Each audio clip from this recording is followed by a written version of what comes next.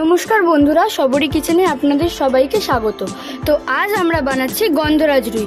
খুবই কম সময় এবং বাড়িতে থাকা উপকরণ দিয়ে এই রেসিপিটি আশা করি আপনাদের সবারই খুব পছন্দ হবে।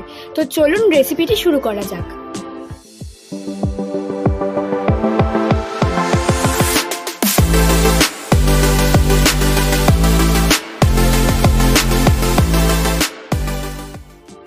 তো এখানে আমি রুই মাছ নিয়েছি, আপনারা চাইলে কাতলা মাছ এবং ভেটকি মাছও নিতে পারেন। তো এবার আমরা এর মধ্যে দেব নুন, গোলমরিচ গুঁড়ো এবং 4 ভাগের 1 ভাগ লেবুর রস। এবার এই মাছগুলোকে ভালো করে ম্যারিনেট করে নেব।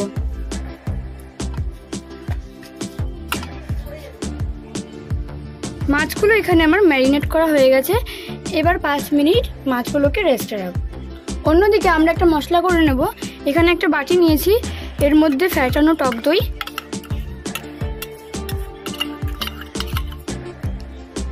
1 চামচ জিরের গুঁড়ো, 2 চামচ পোস্ত বাটা।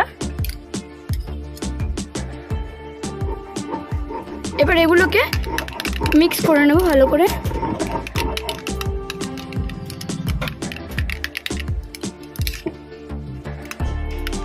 তো দেখতে পাচ্ছ এখানে আমাদের এটা মিক্স করা হয়ে গেছে। এখানে আমাদের কড়াইটা গরম হয়ে গেছে। এবার এর মধ্যে দিয়ে দেবো সরষের তেল। এবার এক এক করে মাছের পিসগুলো আমরা ছেড়ে দেব।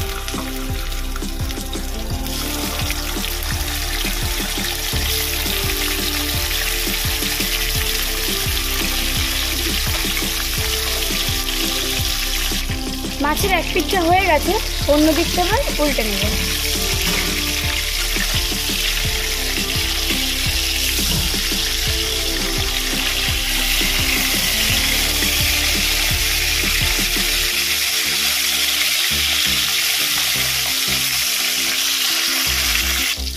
মাছগুলোকে আরেকবার উল্টে নেব।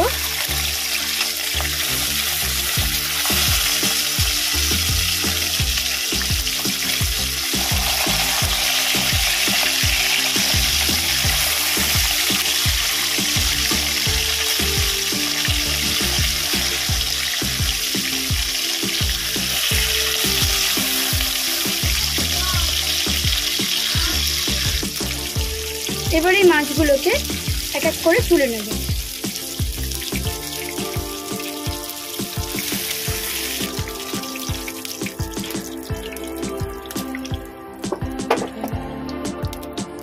এবার এই একই কড়াইতে আমরা দিয়ে দেব 1 চামচ আদা বাটা। এবার আমরা যে মশলার পেস্টটা বানিয়েছিলাম সেটা দিয়ে দেব। এবার ওই পেস্টটা দিয়ে দিয়েছি, ভালো করে কষিয়ে নেব।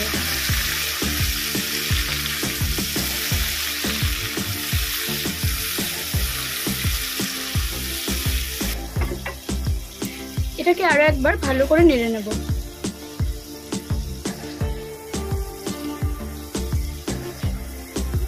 এটা আমাদের ততক্ষণ পর্যন্ত নাড়তে হবে যতক্ষণ ওই আদার কাঁচা গন্ধটা না লাগছে। মশলা থেকে তেল ছেড়ে দিয়েছে। এবার আমরা এর মধ্যে জল অ্যাড করব।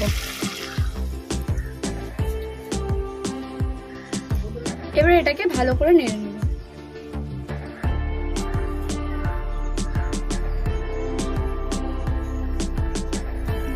এবার এটাকে ঢেকে দেব। 5 মিনিট পর আমরা চলে এসেছি। তো তোমরা দেখতেই পাচ্ছ ঝোলটা পুরো ফুটে গেছে। এবার যে মাছগুলো ভেজে রেখেছিলাম সেগুলো এর মধ্যে দিয়ে দেব।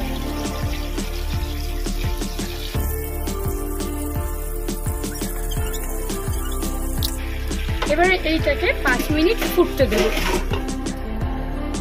তো 5 মিনিট পর ফিরে এসেছি। এবার ঢাকনাটা খুলে দিচ্ছি। এবার এর মধ্যে আমরা দেব 4টে কুচনো লঙ্কা। এবার আমরা এর মধ্যে দেব সরষে বাটা। এবার এটাকে ভালো করে নাড়িয়ে নেব।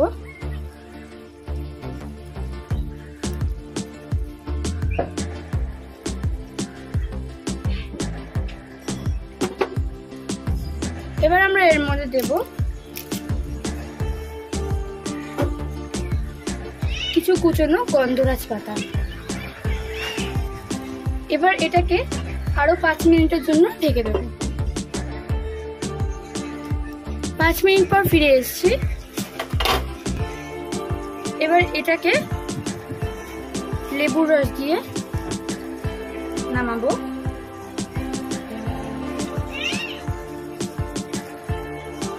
তো আমাদের গন্ধরাজ রুই একদম রেডি। পুরো ভিডিওটি দেখার জন্য ধন্যবাদ। ভিডিওটি ভালো লেগে থাকলে লাইক এবং সাবস্ক্রাইব করে দেবেন। ভালো থাকবেন এবং সুস্থ থাকবেন।